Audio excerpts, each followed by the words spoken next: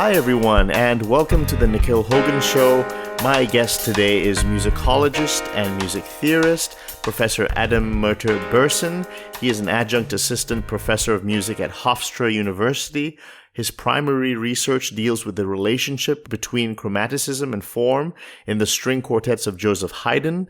We will talk about Hayden, Partimento, Sonata form, and even get a little bit into classical Turkish music. Professor Birson, welcome to the Nikhil Hogan Show. Well, thank you very much for having me, Nikhil. I've been following you and your show for quite a long time, and I'm honored to be a guest. It's great to have you. And so we got a little bit about your background in the article we did a week and a half ago, but I'd love to get a little bit more about your early training in music and the paths that led you to where you are today.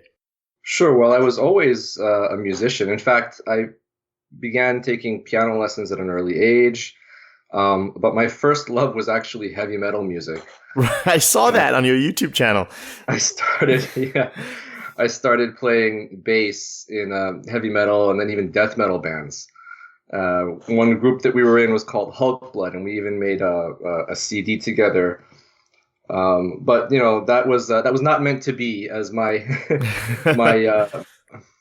my sort of musical interests took me into university, and so I became a music major at Queens College in the CUNY system, City University of New York. And so, you know, doing both of those things, the band and university at the same time, was a lot of fun. But then the band sort of broke up, didn't work out, and so I just focused more on my training in musicology and music theory at Queens College. Right. And you mentioned that it was a lecture on Haydn that got you hooked on Haydn. Could you tell me about that? Oh, yeah. It was actually, so this was a music history class, part of the music history sequence. In those days, we had like way more Western music history and Western music theory as part of like a sequence. And so I was in the sort of the Baroque classical class with this professor who was one of my idols in my undergraduate days, Henry Burnett. And he was a music historian, but he had his own theory of music, which was based on completion of chromatic scales, or like harmonically supported chromatic scales in instrumental music.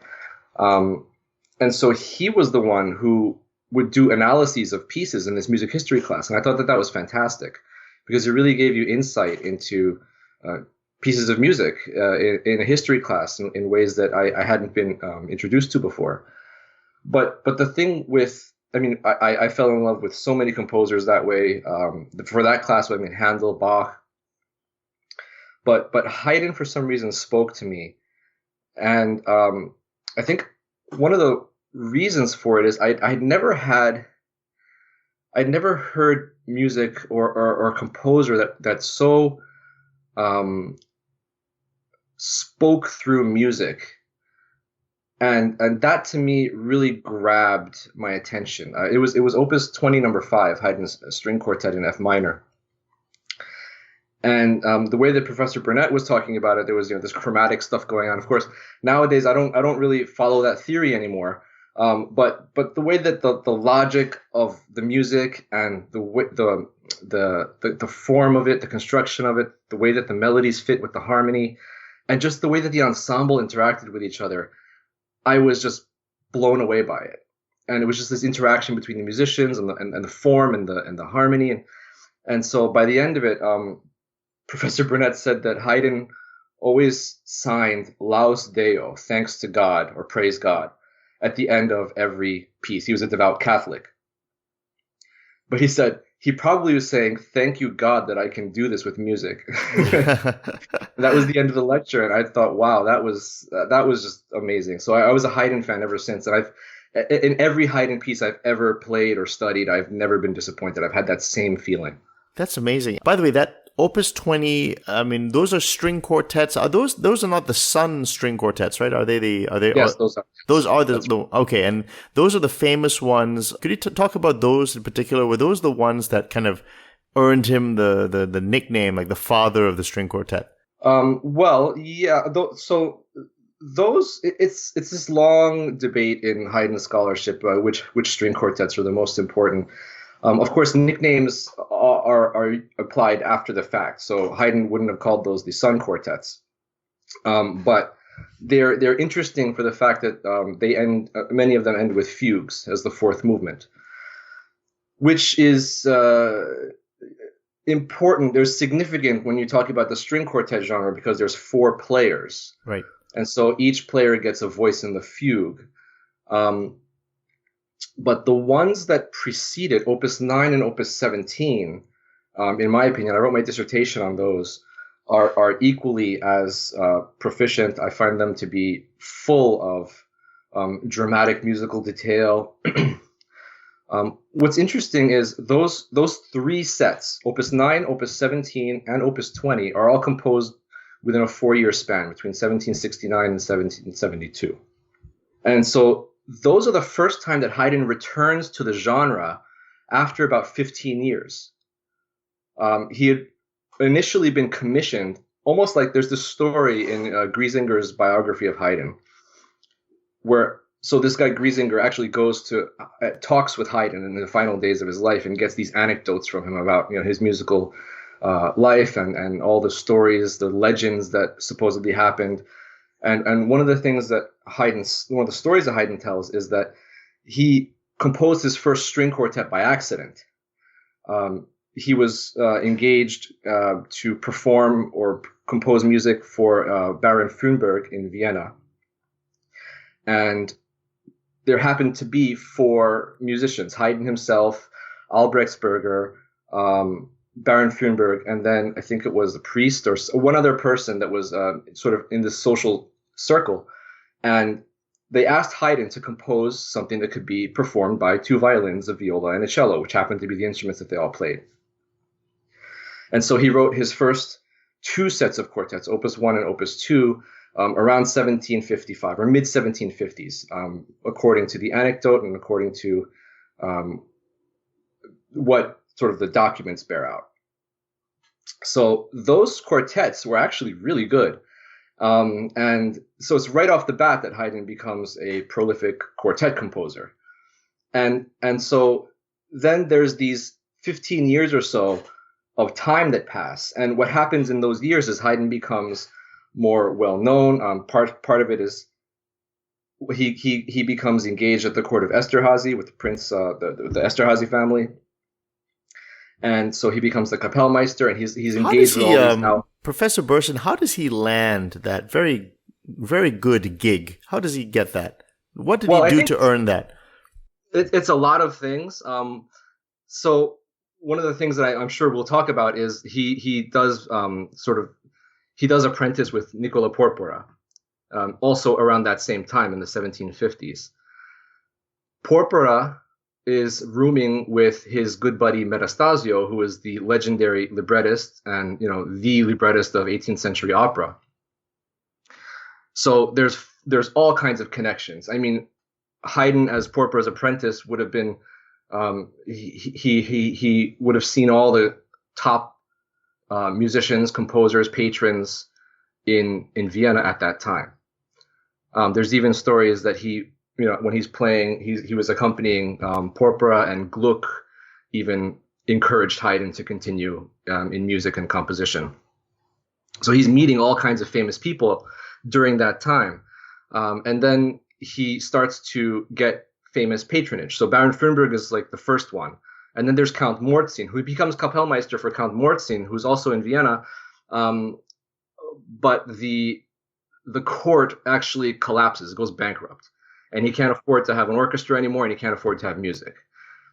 But through that engagement with the Count Morzin, which probably ended around 1761, then he gets the reference to the Esterhazy family. And then they hire him as the vice Kapellmeister until about 1766, when he becomes promoted to full Kapellmeister, when the previous one fully retired.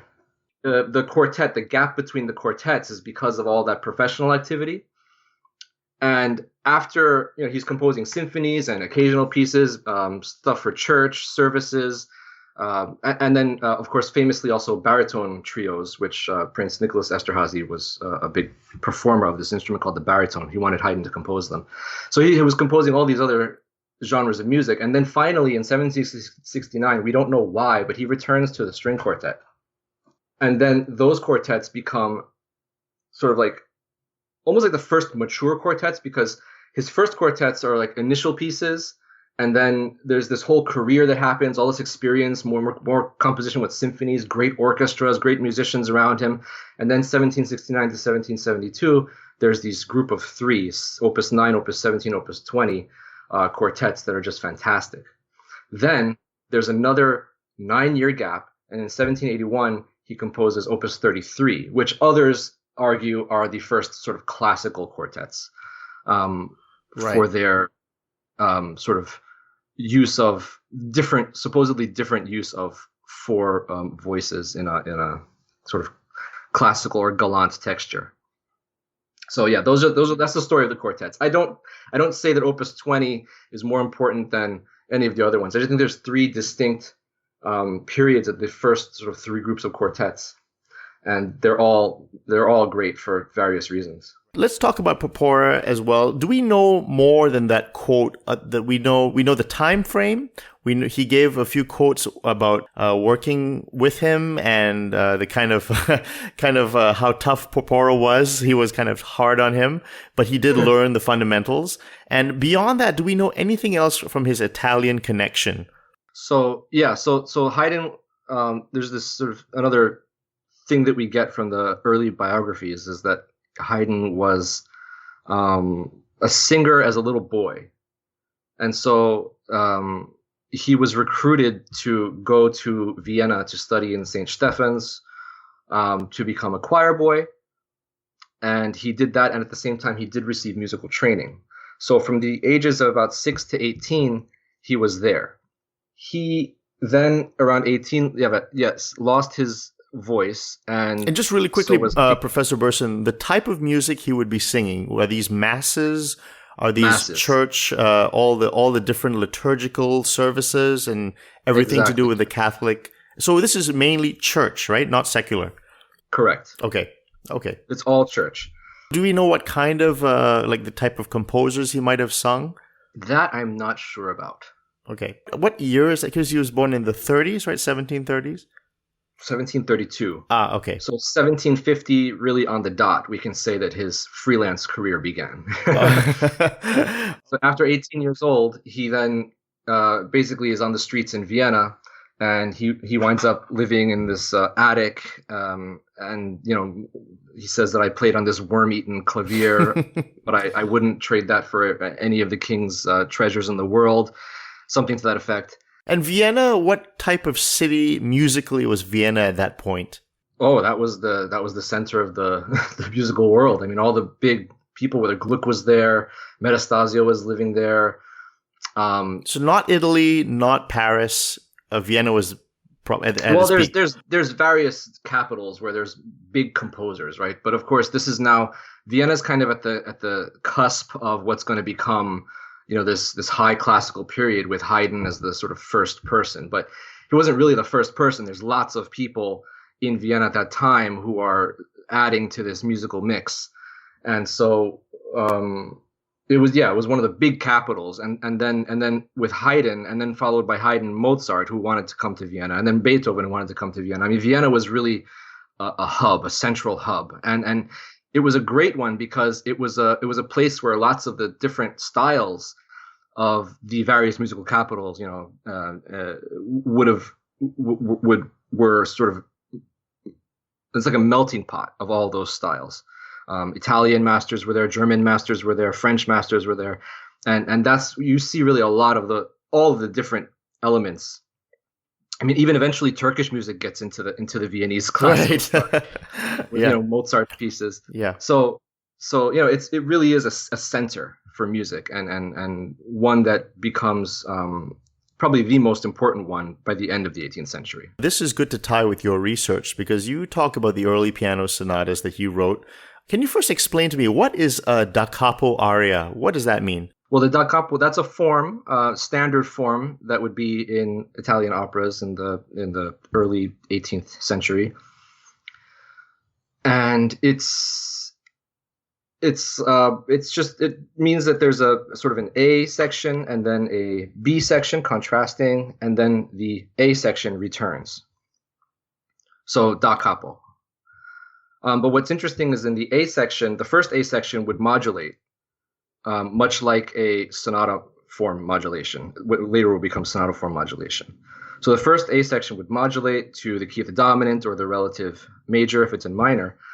And then when the A section returns da capo, it has to resolve that back to the original tonic. Okay. So that's sort of where we get these proto dramatic recapitulations or recapitulatory strategies. Do they modulate to the dominant key often? Yes. Okay. The dominant key or the relative major if it's in minor mode. Ah, I see. Okay. And is that pretty common, like the most common way to go? Well, yes, in those days, absolutely. Okay. So It's you the wouldn't only see way. unusual modulations? No. Okay. And so how does this tie with his piano sonatas and the early ones? Well, the early ones, I find that a lot of the piano sonatas and also basically a lot of the instrumental music that Haydn composed in those days followed a lot of that same design. And especially when you get into the return, there were a few, this scholar Charles Rosen categorized a few of the options that composers would use in the second A section when returning to the original key. And so the A section might begin with the main theme in the dominant, and then restate that theme in the tonic, and then remain in that key for the rest of the exposition, for the rest of the return of the A section. And so I found that Haydn's the second half, like say the development section through the end of the recapitulation, followed exactly that harmonic strategy. And so you really see there the way that the form of the da capo aria, especially the return to the A section at the end of the da capo aria, maps onto, in fact, informs the second half, the development section and the recapitulation of the sonata form. Could you say that these are like little instrumental operas? I think they are. Yeah, I think that's exactly what the sonata aesthetic is. I mean, if you look at, it's more obvious in slow movements because in slow movements, like say it's second or third movement of a 4-movement piece, sometimes the second movement of a 3-movement piece, with respect to these early works, it's really as if there's a singer on the stage. So the left hand of the keyboard is like the orchestra, and they're plunking away these chords, and then the right hand is the singer, the soprano. In string quartets, it's like the lower 3 strings are like the orchestra, and the first violin is the soprano, and it's blatantly obvious in the slow movements. But I think the thing that's so great about early 18th century opera is how the music, like dynamics, register, scales, different melodic shapes, are used dramatically. Right? You might hear some text about a stormy sea reflecting the storminess in my heart, stuff like that. And the music does that, and then, there will be the plays with cadences where before you'll make a cadence, all of a sudden you'll jump up, an octave and then redo the whole process. It's very procedural and very sonata-like. I think that's where I pull that from, is that the sonata form, I think, developed with an operatic aesthetic in mind, the idea of using music to represent drama. It's just that with the sonata form, it becomes, you don't need the text anymore, but the music is very dramatic. And I think that the dramatic feel of sonata form pieces in Haydn, Mozart, Beethoven, CPE, Bach before them is taken directly from opera. Okay, so I have 2 questions, and it deals with, the first one is, okay, you mentioned Charles Rosen. I haven't read his book. I know he's very famous. He wrote a book on sonata form. Is that the Controversial. Exactly. So could you give me, someone who's never really looked at his work, an overview on him and what he says that you find is still relevant or maybe has changed with our new information or as scholarship has progressed? Oh, well, I think, there's 2 main areas I feel that Rosen is impactful. It's his sonata forms book, which the story, my graduate advisor, James Webster, was friends with Charles Rosen, told the story that the New Grove Dictionary of Music and Musicians asked Charles Rosen to write the entry on sonata form. But he refused to because he said sonata form is not one thing. So he wrote this book in response, Sonata Forms. And that's why in the New Grove, he actually recommended that James Webster write the entry for sonata form in the New Grove. So that's why James Webster is the author for that. And that's why this book exists. I personally find that book to be central in my understanding of what sonata form is. It informs a lot of the way that I think about it. So I just think that the Sonata Forms book is really great because it shows the ways that the different forms from coming out of the Baroque period all influenced the way that sonata form developed. So that to me is a central book, and I think it doesn't get much interest these days because of the prominence or the predominance of the Hepakovsky and Darcy's elements of sonata theory, which everyone focuses on now. But they've forgotten, I think, about Rosen, and I think Rosen needs to be taken more seriously on that front. The other book that was really important for a long time was Classical Style. And I think that one has become subject to a lot of criticism because a lot of things that he says. First of all, one of the things that he says is that Haydn came on the scene like Malherbe to correct the Mannerist style of C.P.E. Bach. so C.P.E. Bach is known for these dramatic modulations, and so or just surprise elements in the music because he's working with his C.P.E. Bach like Sturm und Drang. Is that what he's supposed to be? Not Sturm und Drang, but Empfindsamkeit. Okay. Which is kind of like, emotion or feeling or drama in music. And so Sturm und Drang is actually a literary movement that was sort of parallel to this time. Okay. And so people have tried to connect the two, but it's debatable. But C.P. Bach's surprise modulations or moving to remote keys would happen in ways in the form that weren't justified by it. But then Rosen says Haydn's surprise modulations are justified by the form, generated by it, and then resolved by it. Stuff like that. Well, didn't Haydn, I read in his biography, he loved some suite or some set of sonatas that C.P.E. Bach wrote, right? He played them over and over, something like that. So he was definitely influenced by C.P.E. Bach. Definitely. We don't know which ones they were, whether they were the Württemberg sonatas or the Prussian sonatas, because both of those were composed by the time that Haydn would have done that. Because again, he's saying that he did it when he was a young man freelancing and he was playing through, and then he became influenced by C.P.E. Bach. Another story is that he found Bach's a textbook. He was looking for a theory textbook in Vienna, and then he found C.P.E. Bach's Versuch. But again, we don't know when that might have happened exactly. And they knew each other, right? Because I think he said that... Yes, C.P. Bach lived into the 1780s, and they knew of each other's work, absolutely. And they even... Haydn was criticized in Berlin, where C.P. Bach was working for a long time, for his sort of mixing of styles, like comic style with sacred style. And so he was criticized quite a lot in Berlin for that, but C.P. Bach came to the defense of Haydn, and they always wrote that they respected each other. Right.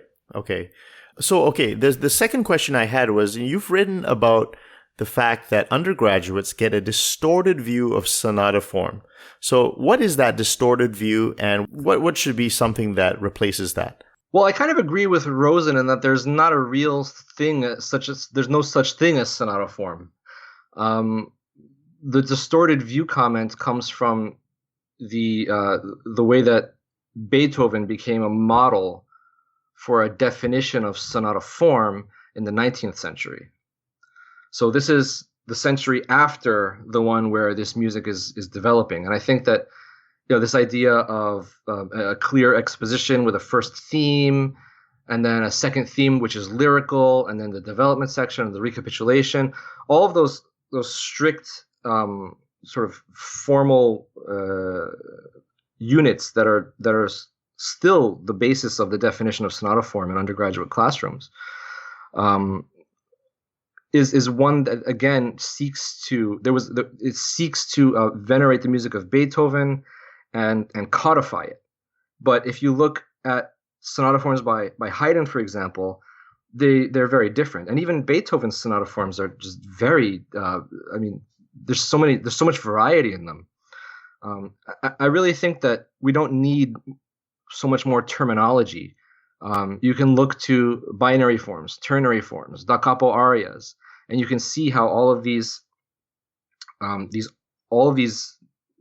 sort of formal elements work in the sonata form.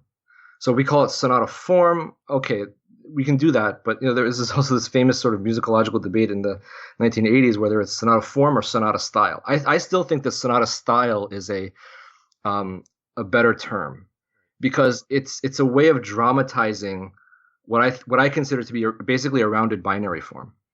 So we don't need all this terminology. We don't need EECs or MCs or S's or P zones or whatever. We need just there's the A section and a B section with a rounded.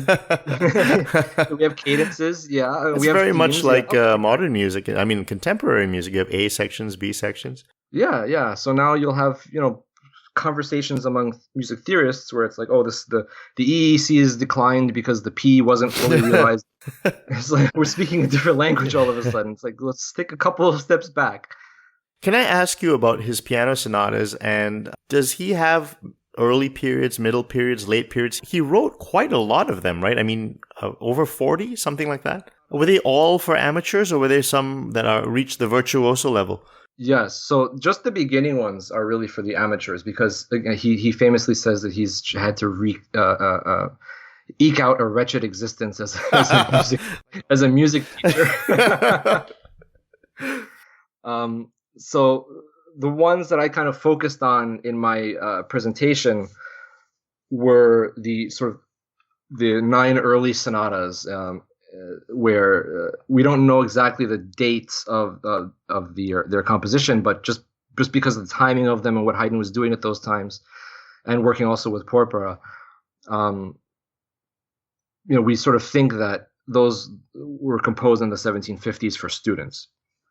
Then there's works that are in the 1760s and 1770s, and Haydn is composing now for more like court musicians or patrons with like more access to virtuosity. So things like there's the famous C, I think it's Opus 20, the C minor sonata, which is just a beautiful piece. And then there's even later in the 1780s and 1790s, he's writing for like full-on virtuosos. Was he a virtuoso? Did he play the piano at a high level? I don't think he played any instrument at a virtuoso level, but he played violin, viola, and clavier. He composed and improvised at the clavier. Right. Okay. So, but I think that he was really more of a composer, and he could obviously play these instruments, but I don't think that he was. He even played in his own string quartets, but I don't think that he would have considered himself a performer. But I can imagine Haydn improvising at the piano or at the clavier in the mornings. That was his routine. So he put in a morning stretch then, practicing. Oh yeah, and I can just imagine what how amazing that must have been. That's one thing that I wish if I could go back in time and just watch something. Well, it would be I have some fun questions for you at the end, so we'll get there. Don't worry. Okay. So I want to just get into it now with some of the technical stuff. You've looked at his music in depth, the scores and everything, and there has been a question about voice leading. So does he have an Italian style to him? I think so. I think it's fair to say that there's a kind of Italian, and I think that there's even a Partimento counterpoint. I mean, I think that some people thought that was a little strange, but when I mentioned that, but I'll put it this way: there's two kind of major contrapuntal schools going on that I think in Haydn is one is Fuchs, and Haydn he taught composition students, and even famously Beethoven, using Fuchs, which is species counterpoint, right? But then when you look at the music, I always felt that there was a disconnect. I never could quite map stuff from Fuchs onto actual music from that period by Haydn, by Mozart, by Beethoven. People might say that you can break things down into first species or second species relationships, but it's still, I mean, Fuchs was modal counterpoint. Fuchs was actually trying to teach the counterpoint of Palestrina. He created this method for that. So it's kind of like Renaissance counterpoint. Whereas, and you get these, like, at the end of every exercise, you get these 6/8 cadences. Pieces are composed in modes in species counterpoint, and so it's not major minor tonality. And so I think it's totally fair to say that counterpoint isn't this universal necessarily concept. I think intervals are. Sure, intervals are like this fundamental thing. It's like an element of music, right? An interval. But I think that when you start to see different patterns emerge, and this is where Robert Gierdigan's work becomes so important. You see printers, or we can call them anything. We call them flag. We can call them book. Right. It doesn't matter what you call them, but they're patterns that emerge. And I think that that's fair to say that if you want to create, and I think it's a Neapolitan style. Neapolitan Partimento counterpoint is one that favors these certain things, and these are things that we see all in Haydn's music. And I think that that's really I think that there's an Italian. I think it's more than Italian. It's Neapolitan counterpoint style. I think that's the whole point of what's going on with these studies in Partimento and in schema theory. Right. Can we give some examples of schema that you've found, and maybe people can just reference them? And I would love to see where they're so clear as day, 18th century examples of schema. Yeah. Well, so for example, there's the first Haydn keyboard sonata, Hoboken 1, Hoboken 16, number 1. And in the slow movement of that, the second movement, you get this tonic pedal, and then above it, you get the figures. You can add the figures 3/5, and then it goes 4/6 back to 3/5. And Robert Gierdigan calls it the hearts, or I think it might have been John Rice who, after the fact, calls it the hearts. And then right off of that, it goes into a printer. And then there's a cadence. And so, I mean, right there, you see it. In Haydn's second keyboard sonata, which actually I think was composed probably later, probably in the 1760s. It also has, there's this sort of generic beginning. I'm not of the opinion that you need to assign a schema to every single measure of music. But there is this beginning that's on B flat major, and then it goes right into another printer cadence. And then from there, you get this sort of like rule of the octave. Or I should say there's a transition, and it uses the 5/6, extending 5/6 pattern, and goes into a half cadence. And then right off the half cadence, you get Fenaroli's, you get Indugios. It's all over the place. Those are just these two keyboard sonata examples that I can think of, but they're everywhere. They're everywhere. Every piece has them. Can we talk about Robert Kimmerling, one of Haydn's students, being recommended an opera by Baldassare Galuppi for study? Right. Well, this was something that I found in H.C. Robbins' Landon. He has a whole thing, Haydn's Life and Works, Chronicles of Haydn's Life and Works. And so in the early years, we know that Haydn was teaching, and Robert Kimmerling, I don't know much about the person, but I know that he was a student of Haydn's, and that he reports that Haydn recommended this opera by Baldassare Galuppi to study, because really, I think that Italian opera, and Italian opera, comic opera especially, that was what was in style, what was in fashion. So he said, you should look at that piece to come up with how to compose. Haydn composed a mass every year to celebrate the name day of the Prince of Esterhazy's wife. What I found really interesting was that these masses kind of set a tradition, and later on Beethoven found himself having been commissioned to write a mass for the prince. And apparently with Beethoven, it did not go well. And according to an anecdote, Beethoven's mass wasn't well received. The prince wasn't happy. Hummel apparently was laughing at the fiasco. Beethoven was furious. Now, but the main thing is, I just want to talk about how well Haydn's masses were appreciated and what a standard, what a high standard they set. Well, I think it's not only masses. I think anything that Haydn composed. I mean, you have to remember when he went to London, he composed the symphonies, and they were a huge hit. Right. His Paris symphonies, any piece that he composed for anybody, he always famously he would take the performers and the audience into consideration, and he would compose something just for them. So that must be one of the. I mean, it's partly Haydn's personality that comes across in the music. How did he get so good? How did he get so good? I mean, that's such a broad question, but we know he studied so hard. What do we know? What's in the secret sauce? Well, I think the way that I might describe it is, this idea of what Kant talks about genius in the 18th century. And genius isn't necessarily something that is skill-based or intellect-based. It's all about soul and having your soul come through in the music. And I think that that's what Haydn's music really does above anything else. There's just some power of his personality that he was able to express through notes played by instruments written on a page. And they just, when you listen to it, or when you look at a score, or when you play through these pieces, that's what jumps off at you. Okay, and I think that's what Mozart had, that's what Beethoven had also. But something just, Haydn was just so part of his success, I think, is the way that he was so gracious to any and everybody. I mean, we just to go back to the Mozart comment from before. I mean, maybe even if he didn't mean it literally, he was saying it to Mozart about Mozart. You know, he wanted Mozart to know that he appreciated that, and that's kind of what Mozart needed to hear, also, right?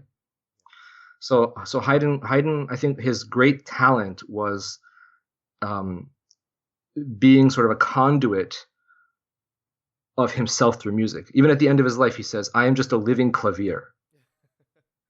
I think that really sums up the secret. Okay, he embodied music, and music embodied him. Okay, but then let's be honest, he is kind of a caricature, right? Because now, I'm not sure if this is a mainstream opinion, but Haydn is the witty joker. He's the trickster. He's just there to crack jokes. Right. He's not as serious as he's not the genius. And I remember in music history class, the teacher would play Haydn's, of course, his surprise symphony.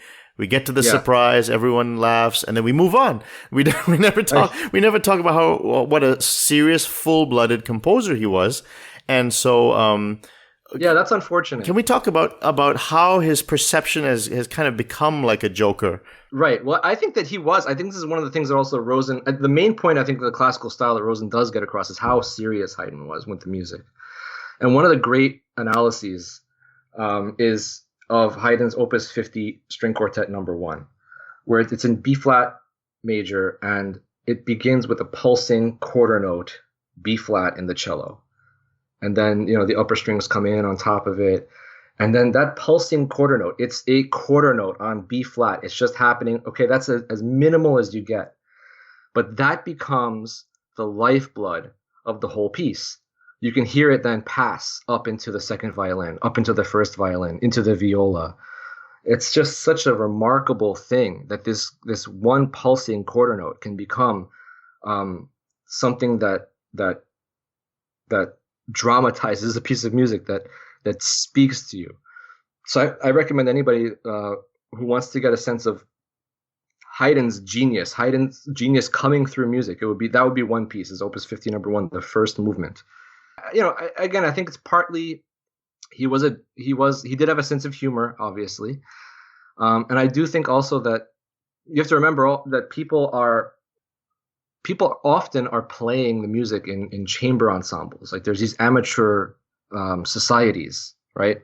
People with means, middle class people, have instruments, they're studying, and one of the things that develops over the course of the century is, getting a subscription to notation of new compositions by people like Haydn. Haydn was really one of the pioneers in the music publishing industry.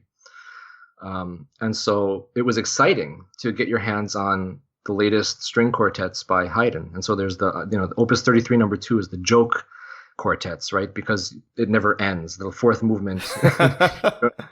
But think about how funny and charming that must have been if, say, you and I were both in a quartet, right? And we have two other friends, and we get this score, and then we start playing through it, and then we realize that the piece doesn't want to end, right? It must have been a lot of fun, right? And I think that's part of what Haydn wanted to do. He wanted to entertain people. He wanted to keep it light. And he was a savvy businessman, right? He knew he'd been poor for so long. He said, absolutely. I think, in some ways, Mozart was too talented and Beethoven was too angsty, right? Yep. But Haydn kind of had this sweet spot, right, where he was just very popular across all social classes and across all, styles of music. He really did manage to capture the essence of the Enlightenment in Vienna. Do you know anything about his brother, Michael Haydn? Not very much, but you should talk to Michael Ruling, who is the Michael Haydn expert. Because Michael Haydn actually was a great composer as well. But I have to confess, I don't know too much about. That's okay. That's okay. His life. We can't know it all. So now This is important because now you can educate people on what to listen to Haydn, because he has composed so much. Anything that stands out that you can give a nice commentary on? One of my favorite piano sonatas is the Hoboken 16 number 20 in C minor. It is the thing to look out for. That one is in the exposition. There's this as we sort of are modulating into the second key, there's this climactic, almost recitative like moment with this big fermata on this dominant ninth chord, and then it continues on from there. So that one has just a lot of pathos in it, and I think that it really reflects the influence of opera and drama in the sonata style. Another one, which is a really famous example, is the Symphony Number 45. It's the F sharp minor, the Farewell Symphony. Okay. And of course, the famous story in that one is in the final movement, right? So the court had been staying way too long at Esterhazy, the palace, which is far outside the city center of Vienna, where many of the musicians lived during the year with their families. So they would go summer in the palace, but the summer turned into September, October, November, and they were getting kind of anxious. They wanted to leave. Right. And so Haydn composed this symphony for the prince to hear, and the big message was in the final movement. The players sort of one by one leave the stage. And that's a really beautiful, I think, sort of symphonic expression. And the prince got the hint, and it worked. So that's a great one.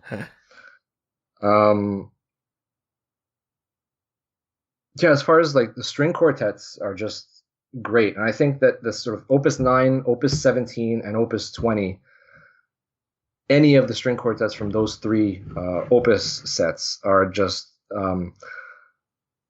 they're just beautiful glimpses of what little universes the string quartets could become. And I think, each one is a little different from the other. Opus 9 and Opus 17, they're kind of, I think, more operatic in ways, more dramatic. They're almost like little stages where like puppet theater, where these performers get to interact with one another in these little scenes. And in Opus 20, you get, of course, the fugues at the end. So that is another great example. But then 10 years later, for Opus 33, Opus 33 is a sort of, Haydn famously wrote on the front of them that they're sort of, or a letter to his publisher, that they're composed in a new and a special style. And are these the Russian quartets? Right. And so, again, those names come after the fact. But another one that came after the joke with this Opus 33 number 2, for people who want to get Haydn's humor, the fourth movement of Opus 33 number 2 is a good moment. And the joke is that, you don't know when it's going to end. the ending is the beginning is the ending, and so there's kind of like this awkward thing that happens at the end of the. Also, not to leave out vocal music, the creation, the oratorios, yeah, his oratorios and his masses. Okay, so in terms of there's the sort of 18th century Enlightenment gentleman, but there's also the devout Catholic, right? And the creation is just this expression in the beginning of musical expression of nothingness coming into being formed, right? And then God said, "Let there be light," and there's this sort of C minor, C major contrast. So that is something that I think everybody should be familiar with. And then one of my favorite pieces, the most powerful, I think that this is I think of an expression on the power of, like, how Bach just sort of gives you his religion and all of his music, and you really feel it. The Haydn Lord Nelson Mass, that is just the most powerful mass, and I think Haydn's devoutness comes through in that. I mean, you almost feel the fear of God in that one. He's composed for so long. Did he have a point where he said, okay, now he's no longer like a young composer. Everything from this point on is very mature. It's a professional work. Or do we get that sense even from the very beginning that he had a high standard from the beginning? Yeah, when did he find his feet is my question. Yeah, there's this sort of narrative that has gone around that James Webster, I think, has done a lot to debunk. But that, with the Opus 33 quartets in 1781, he became a classical composer. He finally got it. Yeah, right. That he finally got it. Yeah. I don't see that. I mean, the more that I study, I just feel like he had it from the beginning. I just see the same thing that in these early piano sonatas and I would find in the later pieces. I just think that there's different phases of his life. And so we also have to remember, like, the idea of the society, what who he's working with, who he's interacting with, the people, his audience. These are all factors that we have to take into account. And I think that he, at each stage, reflected that. So it's not necessarily his development, but more him and the sort of the society he was exposed to, that the society's development at the same time that you really see in his music. So, these early sonatas that were written for, keyboard students or students in composition. Then you get some early string symphonies written for Count Mortzin. You get the early string quartets written for Baron Frumberg. Those, have their own unique qualities. And I think every stage of the way, Haydn just perfectly, he's like a painter, right? He perfectly captures the subject that he's writing for every single time. Then there's the Esterházy days. Okay, so lots of music there, but symphonies, chamber ensembles, basically the musicians that he had at his disposal at that time.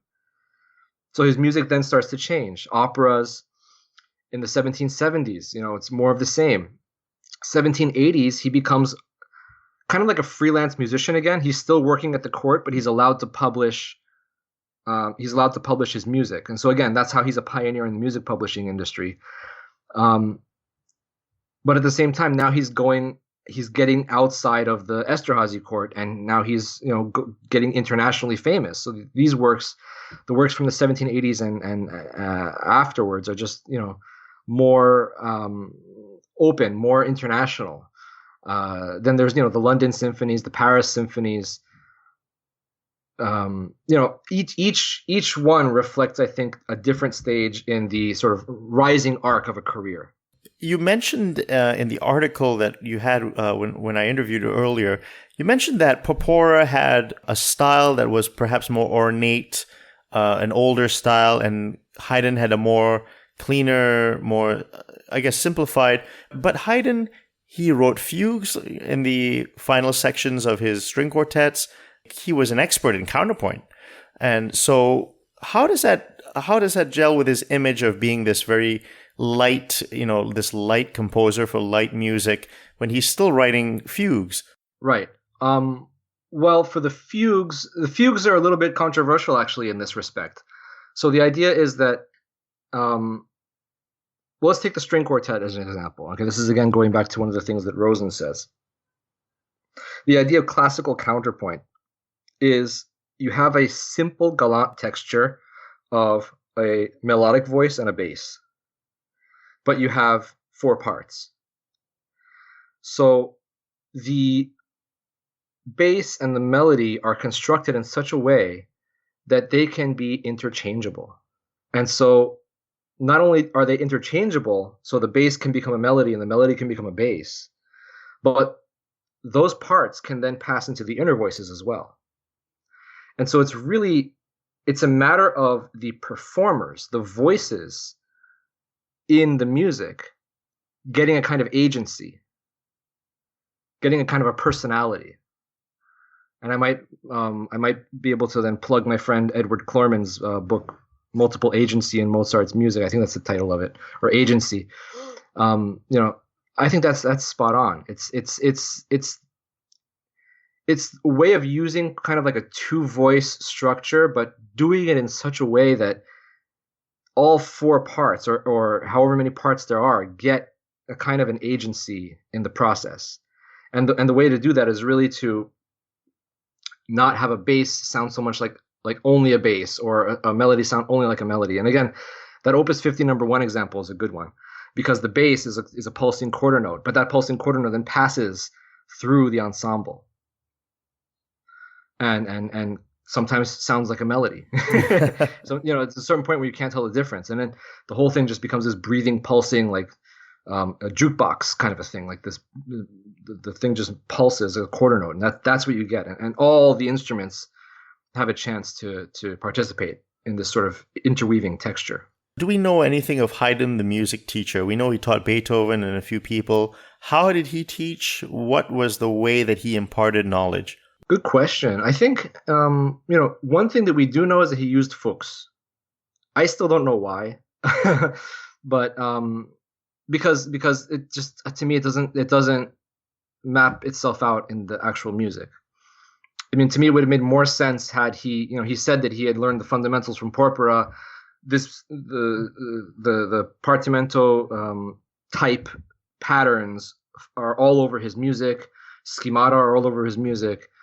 And yet he taught using Fuchs. It would have made more sense if he took some solfeggi from Porpora and taught with them. But I always found that to be fascinating. Like, that's one detail in the whole history of this that I can't quite resolve. So yeah, he taught with Fuchs. He taught Beethoven with Fuchs. I mean, we have the counterpoint exercises.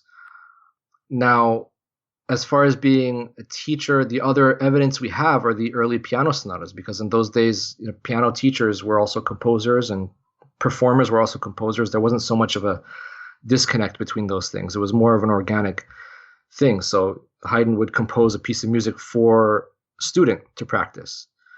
And so those are the things I was sort of getting at that with my article on Haydn and the Da Capo Arya. He was teaching through composing in those early days. But then he didn't do as much teaching because he became a Kapellmeister.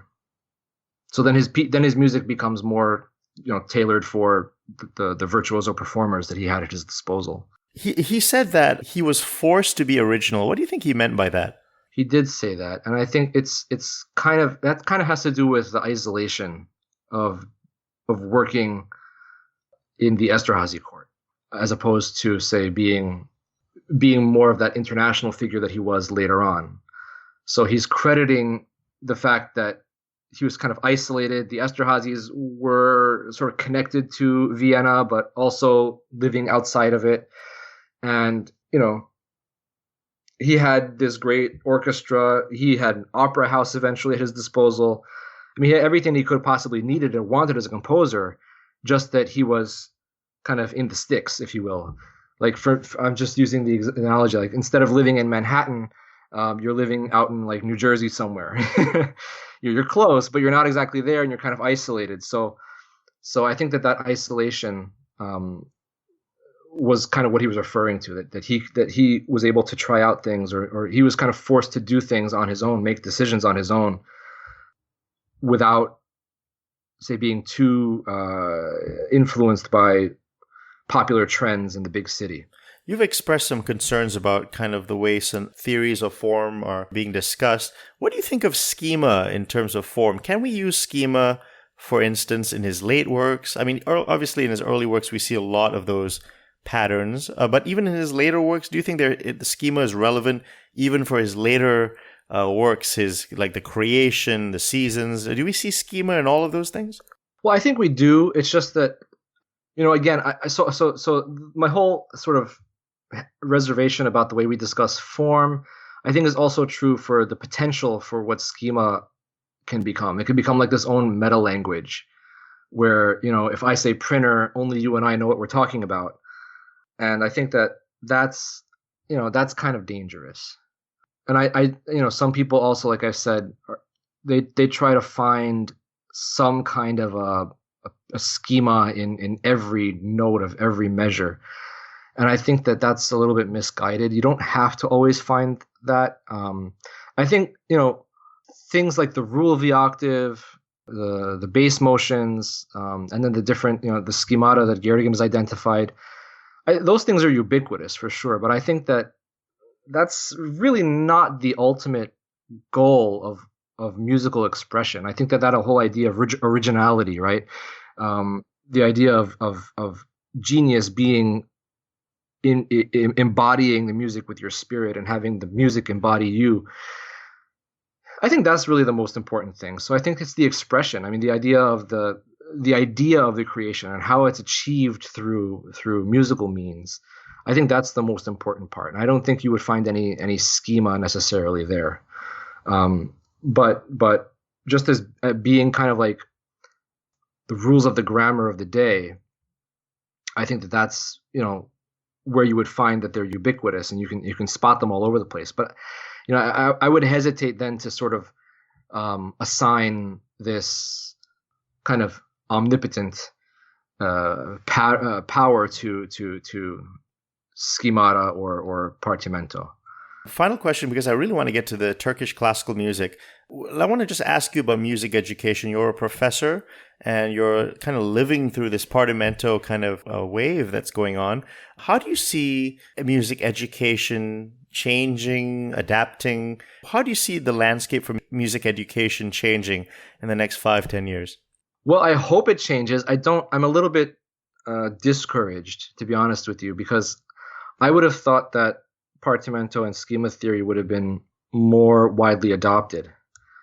It doesn't seem to be. I feel like, at least with respect to like music theorists, it seems still to be kind of a fringe topic.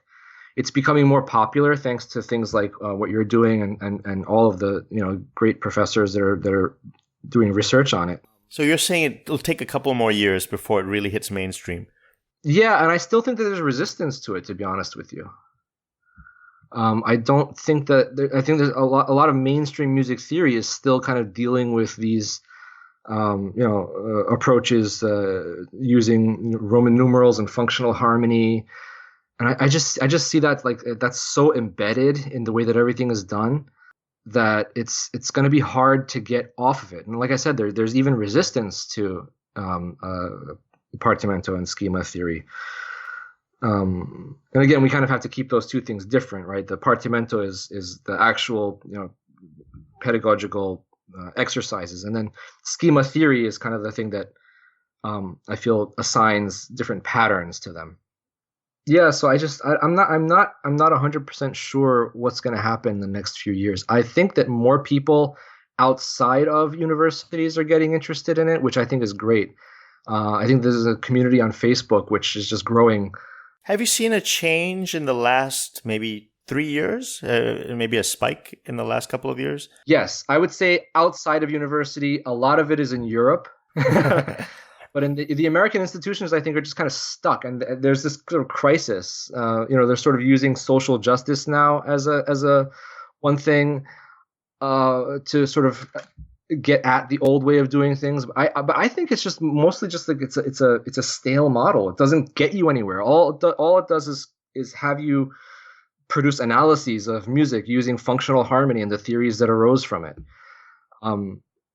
It's just kind of stuck there, But like I said, in Europe, I'm seeing all kinds of people doing academic work on Partimento and schema theory, and lots of people that are composers, that are musicians, that are not necessarily academic music theorists, are really, yes, I've seen a huge spike in that the last few years. I'd say that's the most exciting thing. And there's lots of people doing things on what they call public music theory, so YouTube channels, communities on Facebook, stuff that you're doing, I think is wonderful. It just getting the word out and making these things accessible and available to people so that they can, really enjoy practicing music in a way that I think is conducive to musical expression, musical existence. I mean, we want to be able to improvise, right? We don't want to just play notes on pages of stuff that we've analyzed using Roman numerals and get stuck in that sort of playing only the same masterworks kind of a mentality. We want to be able to keep it alive and be able to manipulate the music with our own personality, our own geniuses. Well said. Now, in the last question I have, it now deals with your interest and your expertise in classical Turkish music. And please, I know nothing about it, but I'm very interested in that. And please tell me about it and an overview of it for me and my audience. Well, that became an interest of mine because of my family. I'm Turkish. And so I was going through music school and, studying all about Haydn. And that was wonderful.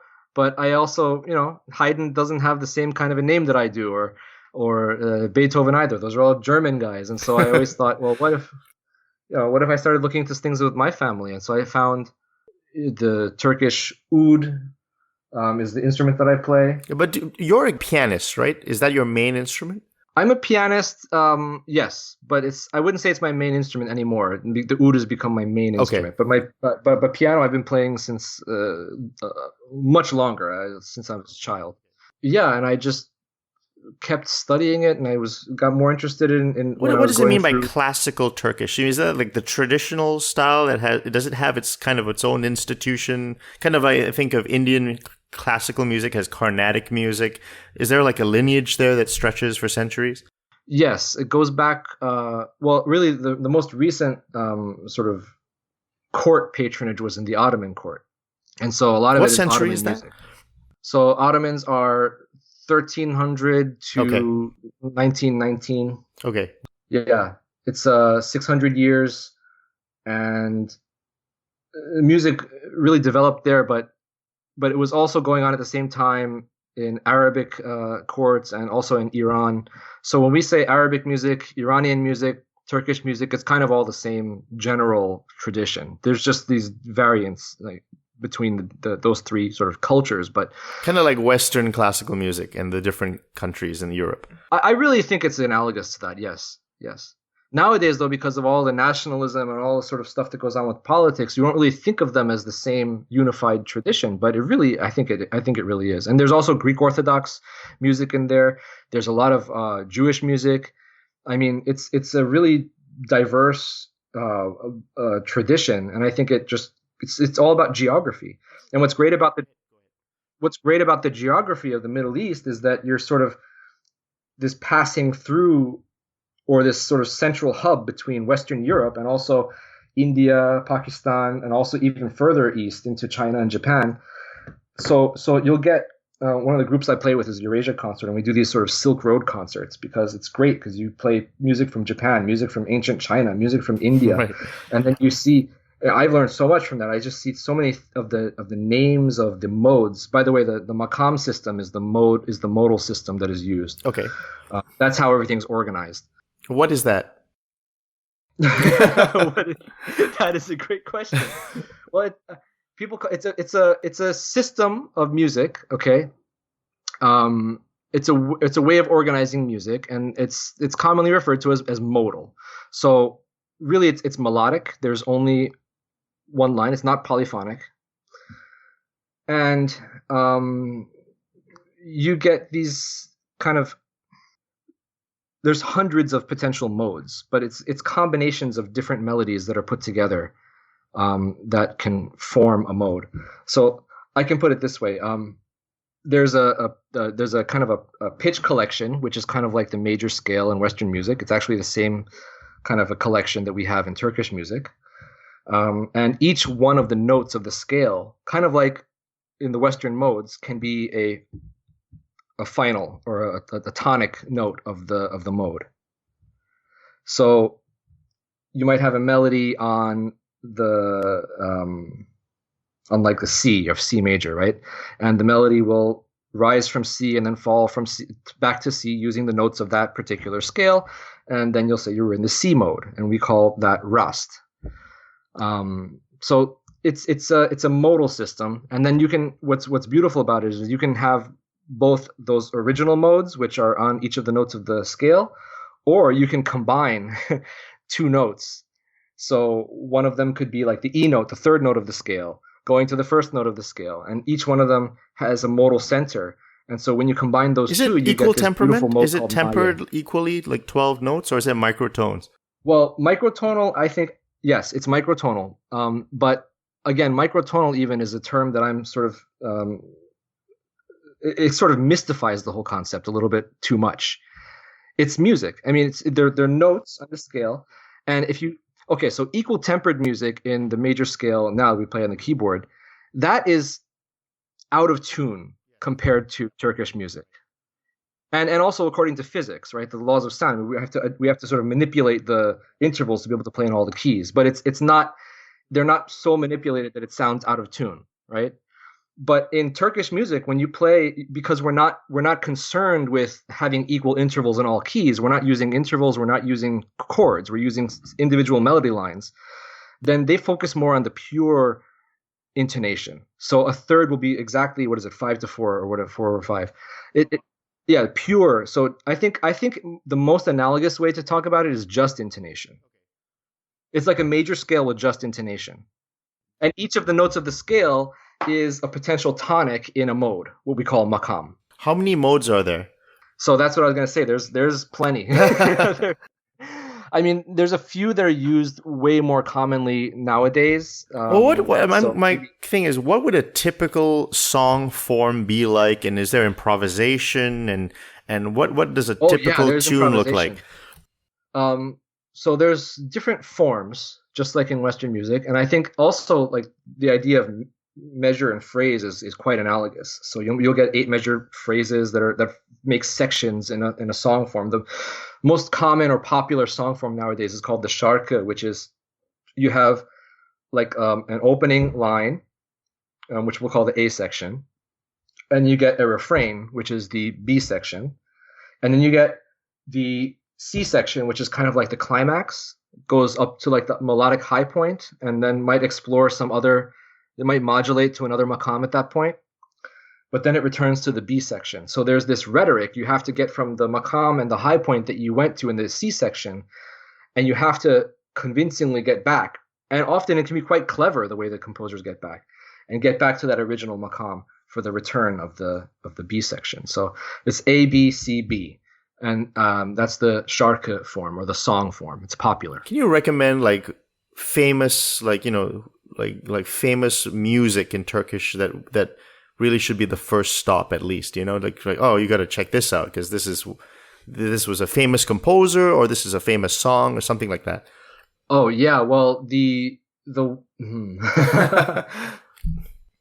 also has a history that parallels that of the sort of European courts. So Itri, I-T-R-I. His first name is Mustafa. Last name is Itri, I-T-R-I. And he's kind of like Turkish or the Ottoman Bach. And the Ottoman Bach, that's awesome. Yeah. Then there's so the Ottoman Beethoven is Dede Efendi, D-E-D-E-E-F-E-N-D-I, Dede Efendi. Dede means like grandpa, Efendi is like sir. So he's like, Papa, whatever, Papa Hayden. And let's see. Yeah, any composition really by him is definitely worth. He's really famous for writing songs. What is like the Symphony No. 5 in classical Turkish music? Like every Turk would, oh yeah, we know that one. Yeah, everyone knows that one. Well, yeah. So okay, so the whirling dervishes actually are a huge cultural thing in Turkey still, and in the Ottoman times they certainly were. And so any ceremony by the whirling dervishes is like Turkish opera, because you have all like this sort of Islamic philosophy, and all of the poetry is taken either from the Quran or from Rumi, or from other Sufi poets. So it's very mystical, very spiritual music, and the poems will be selected in particular ways. So it's like an oratorio, and the music is just so reflective of that, and it goes through such incredible modulations of different modes, different makams, that that's really like the high expression of Ottoman music is the Mevlevi, the whirling dervish ceremonies. So those would be really cool to check out. With Turkish music, it's very similar. I find a very similar approach to the way Partimento works, or the way that schema theory works, because there will be these sort of melodies that reflect a particular makam. So it's almost like a schema, right? And if you hear this certain melody, then that makam immediately comes to your mind, or that they say that makam has been sort of realized, or its personality has come through, right? So a lot of the training that we get is through listening to pieces, and you can hear these melodies, and these melodies will reappear all throughout various compositions, and they mean that particular makam, and then they'll pass on to another makam. And if you use that, it's very much like schemata, and you memorize enough of them, and then you can sort of go from one to the other and build this whole thing, just like building a piece of classical music with. That's so interesting. And they kind of existed in parallel. We had the Western European side, and I'm sure traders brought music and obviously Mozart composed his Turkish March listening to Turkish music. So there must have been that cross-pollination. I'm kind of curious how Western music kind of affected the classical Turkish music. Yeah, I think it goes both ways, absolutely. And like you said, I mean, one of the things that did happen was, there's a lot of operatic material on Turkish stories. So there's this whole like Suleiman, and so Suleiman was a sultan in the 16th century, and he was the most powerful sultan. He's the one who first tried to conquer Vienna, and he failed. But his life became this sort of thing of legend, and he married someone famously named Hürrem. He had she was a concubine, and she had his children, but he loved her, and he eventually married her. And then there's this tragic story, because his first son with one of his earlier concubines was the most talented of his sons, and they thought that he was going to become the next sultan. But Hürrem wound up using her influence to have the actual Sultan Suleiman execute his own son from his previous concubine, and then place his son from Hürrem on the throne. Right. And Hürrem's name in European lore is Roxelane. And so there's operas by Handel with Roxelane. The Suleiman myth is kind of like all throughout Western music. And the other thing that's all throughout Western music is Hürrem was actually a Christian. Oh, wow. And also she became Muslim because she was captured as a slave. Right. And so there's piracy, right? And even Suleiman's Grand Vizier, Ibrahim Pasha, was actually an Italian. Really? He got captured. And and then what happens to these people is they convert to Islam, and then they become members of the court, and so they can rise in society quite high to the second number 2 position, which is what Ibrahim Pasha was. Hürrem was the queen, basically, the de facto queen, and so it's this really interesting thing. But there's also this like terrifying lore in the minds of Europeans that goes along with it, and I think Mozart's opera Die Entführung aus dem Serail is kind of about that. Yeah. Right, because the European characters get captured, and now they're living in the harem, and the women and the men, Belmonte and Pedrillo, are trying to get them out. That's the whole story. And the Pasha in the end turns out to be an ex-Christian. Right. And people have talked about how that's sort of kind of this Orientalist, sort of racist mind view of Mozart. But no, that's actually how things were. Pashas Yeah. were captured slaves. Right. I mean, it was just history, right? Yeah, it's history. It's exactly what happened. It's Yeah. not like this Orientalist fantasy about harems and people like all of a sudden like Yeah. unrealistically being revealed as Christians. It's Yeah. not true. That's actually what happened. And then with the Turkish music, a lot of times, harmony has become a really big thing. And you know what you should really know about? What? Turkish music got influenced by the West, all right. And I even did a presentation on that in 1826. So the whole European Turkish thing is based on the Janissary military march, right? Which is the Janissaries were the elite Ottoman soldiers. Okay. And they would go to battle famously with a band of big drums and like these reed flutes, and it would be this like crazy music that they would play to Right. terrorize their opponents, but also to give themselves, a boost. Yep. And so that became kind of the music that Mozart adopted in his opera, and also in his other Turkish music, the Turkish Marches. In 1826, there was a sultan, Mahmud II, who decided that he wanted to transform the Ottoman court into a European-style monarchy. And so he got rid of all the Janissaries. He executed them. And in their place, guess what? He invited Donizetti Pasha. Donizetti? Giuseppe Donizetti, the brother of the opera composer. Oh, Gaetano. wow. And I am dying to know. So Giuseppe Donizetti came to Istanbul, and his job was to train Turkish musicians to play Western music. Right. Italian music, opera, orchestral music, piano. It was his job to oversee all of that. So he brought a bunch of Italians with him. And starting in 1828, all the way through the end of the 19th century, there's this mix of Italian music, Italian maestros. Wow. And I'm dying to know if Partimento was part of that. I mean, it must have, right, in some way. It must way. have been, right? It must have been, yeah. So, and this guy is like Donizetti's brother, Yeah. and they had training. But Gaetano was the one. Gaetano, I forgot exactly where they were from, but he's not from Naples, and he wasn't trained in Naples, but he became a maestro in Naples. He did. Okay. He's one of the few that came from outside and was able to become a maestro in Naples. Is that the brother? Gaetano, yes. Yeah, I forgot exactly where it was that he was originally from. I'm at the Wikipedia page. Okay. Bergamo. But okay. So they're not from Naples, but Gaetano trains people in Naples. So he's training people with Partimento, definitely. His brother is the one who gets invited. I don't know why, but his brother gets invited to Istanbul to become the Pasha of music. So I just feel like there must have been some Partimento. There must have been some instruction in that. And the other thing that happens is, so over time, Giuseppe Donizetti becomes influenced by Turkish music also, but he's living in Istanbul. It's not like some representation of Turkish music from Vienna. He's actually living in Istanbul, and so he's hearing like the call to prayer. He's hearing like funeral services. He's observing Muslim people like all over the place, and he's seeing their music. And was this in Constantinople? Constantinople, yes. Yep.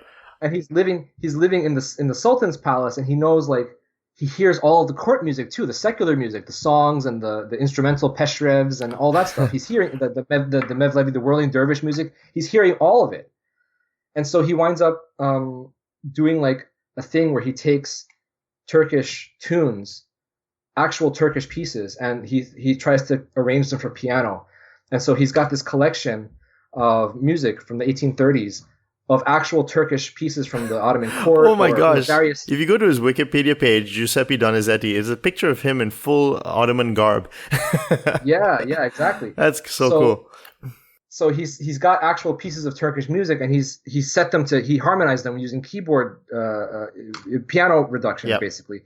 And then he sold them back in Italy. I don't know how well that was. I'm still researching this one too.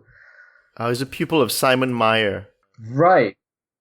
So I'm also, this is like another research project of mine. I want to see, what Meyer would have taught him. If Meyer I don't know if he was a Partimento person. I'm not exactly sure. Right.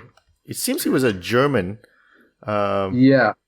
But no, it says he That took might be lessons it. with Carlo Lenzi and later with Ferdinando Bertoni. So he had a lot of Italian training. Oh yeah, yeah. Yeah. And that's what went into Istanbul in the 1830s, let's say. That's so interesting. It's like everyone who mattered had some kind of Italian training. Yeah, even in Turkey, and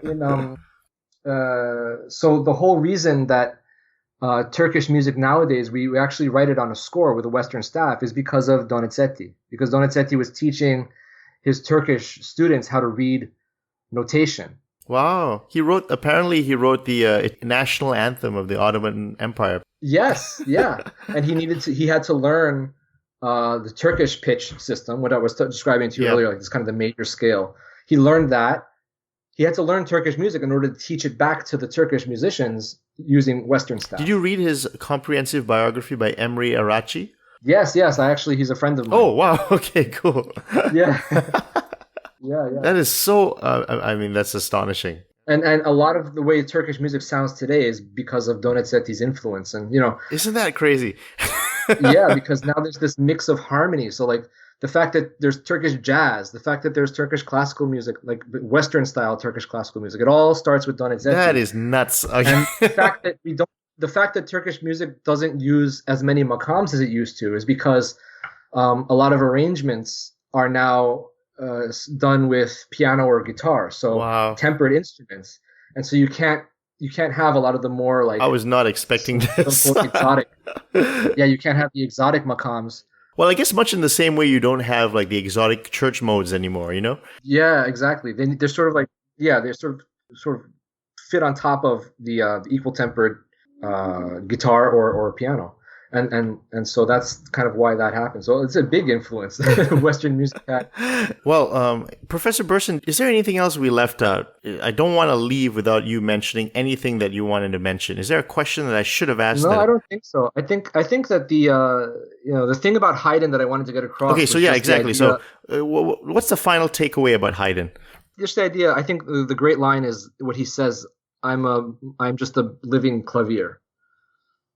And I think that all the stuff that is built into that line is just perfect. And I really wanted to get that across because Haydn's music is, and I think it was great when you asked, what about the humor and the wit? Like that's only a small part of it. I mean, really, he's getting across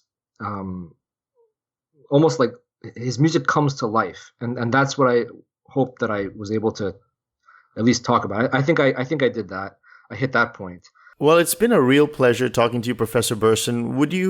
Professor Birson, would you like to mention to my audience what you have planned for the rest of the year? Well, I have. I'm hoping to get my presentation into an article form, and I hope that I'll be able to submit that before the end of the year. I have an article coming out in SMTV, which is the Society for Music Theory's video journal. So I have a video article on Turkish music. So be sure to check that out. And then I'll be presenting at the Society for Music Theory annual meeting on some of the stuff I just talked about with you, with the pitches being tonal centers in Turkish maqam. Awesome. Well, wonderful. Thank you so much, Professor Birson. It was a real honor for me. I hope to be able to speak with you soon. Bye-bye. Thanks, Nikhil. It was great to be with you.